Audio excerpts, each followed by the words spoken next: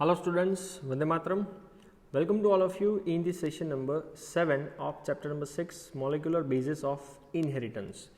Up to the previous session, many number of experiments हमने discuss किए थे, which all are unequivocal proof, clear proof that as a genetic material, always DNA ही काम करता है. So within this session, we'll discuss about the properties of genetic material कि DNA और RNA की properties क्या है. So from foregoing discussion, upcoming जितना भी discussion है वो तो ठीक है, but up to the last session जितना भी discussion किया है, it is very clear that debate between protein versus the DNA as a genetic material. अभी तक ऐसा ही था कि जेनेटिक मटेरियल में भी पॉसिबल है, प्रोटीन भी हो सकता है, डीएनए भी हो सकता है, but was unequivocally clearly resolved from the Hershey and Chase experiment. ये एक्सपेरिमेंट के ऊपर से क्लियर कट हो गया क्योंकि वायरस से बैक्टीरिया के अंदर ऑलवेज डीएनए ही जा रहा था, ना कि protein. So it became an established fact that it is DNA that acts as a genetic material, majority number of organisms के अंदर, but it subsequently become clear that in some viruses RNA is act as a genetic material. For example, tobacco mosaic virus TMV, Q beta bacteriophage, Q beta virus, even HIV virus. तो इन लोगों के अंदर तो as a genetic material कौन काम करता है? Viruses. So answer to some of the question such as the why DNA is predominant genetic material. क्यों डीएनए ही एज अ जेनेटिक मटेरियल काम करता है? And number 2, why RNA performs some active dynamic functions of the messenger or adapters. तो ऐसा क्यों है कि DNA as a genetic material ही काम कर रहा है और RNA messenger या तो adapters का काम कर रहा है. So has to be found from differences between the chemical structure of two nucleic acid molecules, जैसे कि DNA और RNA. तो DNA और RNA के बीच का केमिकल डिफरेंसेस आप देखो तो प्रीवियस सेशंस के अंदर मैंने बताया था. डीएनए डबल स्ट्रैंडेड है, आरएनए सिंगल स्ट्रैंडेड. डीएनए के पास डीऑक्सीराइबोज शुगर होता है C5H10O4, क्योंकि सेकेंड नंबर पे एक ऑक्सीजन कम हुआ करता था, वेरेज आरएनए के पास राइबोज शुगर है C5H10O5. नाइट्रोजिनस बेस की बात करो तो डीएनए के पास थाइमिन होगा तो ATGC, एंड आरएनए के पास थाइमिन की जगह पे क्या होगा? Uracil AUGC. तो ये हो जाता है chemical difference between the DNA and RNA. Now जो भी मॉलिक्यूल्स को एज अ जेनेटिक मटेरियल अपना रोल प्ले करना है, must fulfil the following criteria. So a molecule that can act as a genetic material must fulfil the following criteria. ये criteria उसको follow करना है. Criteria number 1, it should be able to generate its own replica. खुद की copy, replication नाम की process से वो बना पाना चाहिए. पहला क्राइटेरिया ये है.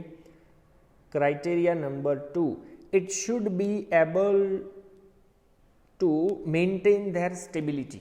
It should be stable chemically as well as structurally. तो केमिकली और स्ट्रक्चरली वो स्टेबल होना चाहिए. Criteria number 3, it should provide scope for slow changes, जिसको बोला जाता है म्यूटेशन, एंड म्यूटेशन की वजह से ही तो इवोल्यूशन होता है. तो अगर कोई मॉलिक्यूल जेनेटिक मटेरियल का काम करता है तो उसके अंदर थोड़ा थोड़ा स्लाइट चेंजेस हो पाना चाहिए, जिसकी वजह से इवोल्यूशन नाम की प्रोसेस हो सके. And number 4, it should be able to express itself in the form of Mendelian inheritance. कि भाई जब भी वो पेरेंट्स में से ऑफस्प्रिंग में ट्रांसफर होगा तो ऑफस्प्रिंग के अंदर पेरेंट के कैरेक्टर्स को क्या कर पाना चाहिए? एक्सप्रेस कर पाना चाहिए. तो कोई भी जेनेटिक मटेरियल अगर ये 4 क्राइटेरिया फुलफिल कर रहा है तो उसको जेनेटिक मटेरियल वाले कॉलम के अंदर हम लोग रख सकते हैं. Now if one examine each requirement one by one, तो पहली रिक्वायरमेंट ये है कि वो अपनी कॉपी बना पाना चाहिए. तो आपको पता है कि because of the rule of base pairing and complementarity, Both the nucleic acid, whether it is DNA or RNA, have ability to direct their duplications.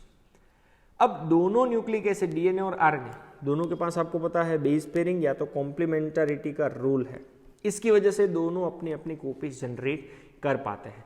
The other molecules in the living system such as the protein are fails to fulfill the first criteria itself. तो protein अपना replication नहीं कर पाता, इसकी वजह से वो first criteria के अंदर शूट नहीं बैठ रहा.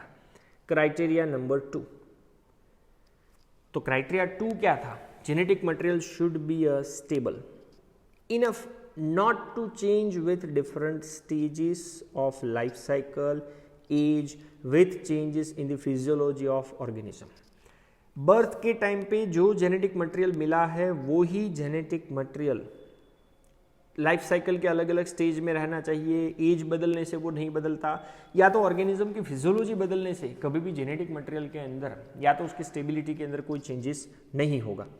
तो उससे रिलेटेड फर्स्ट पॉइंट है कि amount of DNA in any given species of cell और ऑर्गेनिज्म इज कांस्टेंट.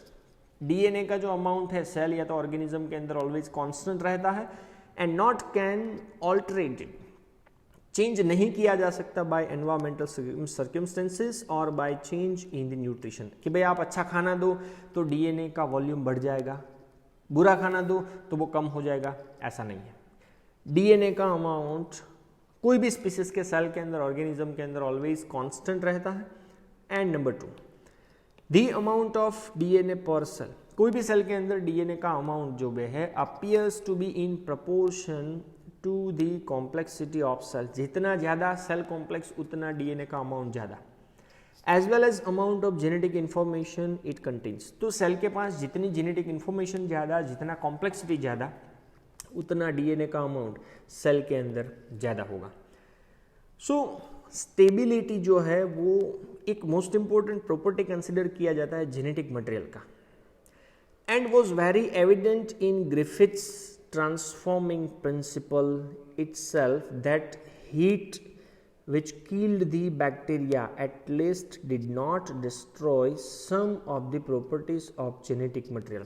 आपको ग्रिफिथ के एक्सपेरिमेंट में मैंने बताया था कि बैक्टीरिया को आपने हीट के थ्रू मार दिया था, पर खाली बैक्टीरिया ही मरा था, उसका जेनेटिक मटेरियल कभी भी डिस्ट्रॉय नहीं हुआ था, क्योंकि उसने तो आर बैक्टीरिया के अंदर जा करके आर का कन्वर्जन एस में कर दिया था. तो हीट दो तो भी जेनेटिक मटेरियल तो अपना काम करेगा ही करेगा.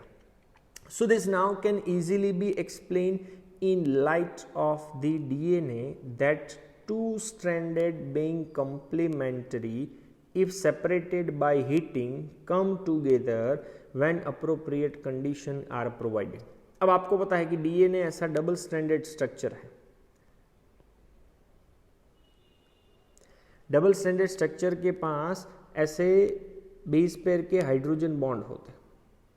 अब आप एक काम करो कि हीटिंग के थ्रू ये हाइड्रोजन बॉन्ड अगर तोड़ देते हो तो अगर उसको अप्रोप्रिएट कंडीशन फिर से मिलेगी तो वो लोग फिर से एक दूसरे के साथ क्या हो जाते हैं, कंबाइन हो जाते हैं, क्योंकि डीएनए डबल स्ट्रैंडेड स्ट्रक्चर है. आरएनए की बात करो तो फर्दर सेकेंड कार्बन पे एक OH ग्रुप होता है. तो आपको राइबोज शुगर का स्ट्रक्चर पता है, तो सेकेंड कार्बन पे OH ग्रुप प्रेजेंट होगा at every molecules, every nucleotide in RNA is a reactive group which makes RNA label. RNA को चेंज कर देता है, इसीलिए वो इजीली क्या हो जाता है, डिग्रेड हो जाता है. अगर आपने राइबोज शुगर का स्ट्रक्चर ध्यान से देखा होगा तो कुछ ऐसा स्ट्रक्चर था. तो यहाँ पे सेकेंड कार्बन पे एक OH ग्रुप था, ये OH ग्रुप रिएक्टिव ग्रुप है.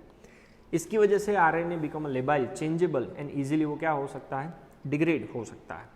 So we know that RNA is also now known to be a catalytic, hence they are reactive. Enzyme का काम करता है इसलिए वो रिएक्टिव है.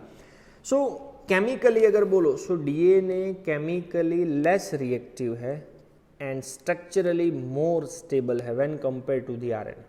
तो RNA के कंपैरिजन में DNA रिएक्टिव कम है और स्टेबल स्ट्रक्चरली ज़्यादा है. So among two nucleic acid DNA is act as a better genetic material. Even RNA की बात करो, so in fact the presence of thymine at the place of uracil also confers additional stability to the DNA. अब आपको पता है DNA के अंदर तो थाइमिन होता है, यूरासिल नहीं होता, और थाइमिन के प्रेजेंस होने की वजह से डीएनए को और भी एडिशनल स्टेबिलिटी मिलती है। इसलिए हम लोग बोल सकते हैं कि डीएनए लेस रिएक्टिव है और स्ट्रक्चरली मोर स्टेबल है, और आरएनए मोर रिएक्टिव है और लेस स्टेबल सब्सटेंस है। That's why we can say that DNA is better genetic material. Now third, कि दोनों म्यूटेशन के थ्रू इवोल्यूशन कर पाने चाहिए। Now we know that DNA and RNA are able to mutate, दोनों के अंदर चेंजेस हो सकता है। इनफैक्ट आपको मैंने पहले ही बताया आरएनए बीइंग अनस्टेबल, तो उनके अंदर जो म्यूटेशन है, चेंजेस है, वो फास्टर रेट से आता रहता है। सो कॉन्सिक्वेंटली जितने भी वायरसेस है जिनके पास आरएनए है as a genome and having a shorter life span which are mutate and evolve faster, तो जितने वायरसेस जिनके पास आरएनए है एज अ जेनेटिक मटेरियल और जिनका लाइफ स्पान शॉर्ट हो, उनके अंदर चेंजेस बहुत ही फास्ट आता है, और जितना फास्ट चेंजेस आएगा उतना उनका evolution as compare to the complex organism ज़्यादा होगा। Now RNA can directly code for the synthesis of protein, hence can easily express the characters। अब आपको पता है कि सेंट्रल डोग्मा का ये कुछ मैकेनिज्म है, डीएनए से आरएनए और आरएनए टू प्रोटीन। तो आपको यहाँ पे एक डायग्राम दिया हुआ है कि डीएनए ट्रांसक्रिप्शन से एमआरएनए में कन्वर्ट होगा, एमआरएनए ट्रांसलेशन से प्रोटीन के अंदर कन्वर्ट होगा। तो डायग्राम के ऊपर से क्लियर कट दिख रहा है कि एमआरएनए इमीडिएटली प्रोटीन में कन्वर्ट होकर के अपने आप को एक्सप्रेस कर पाता है, पर अगर डीएनए को अपने आप को एक्सप्रेस करना हो तो कंपलसरी पहले एमआरएनए बनेगा एंड देन आफ्टर क्या बनेगा, प्रोटीन।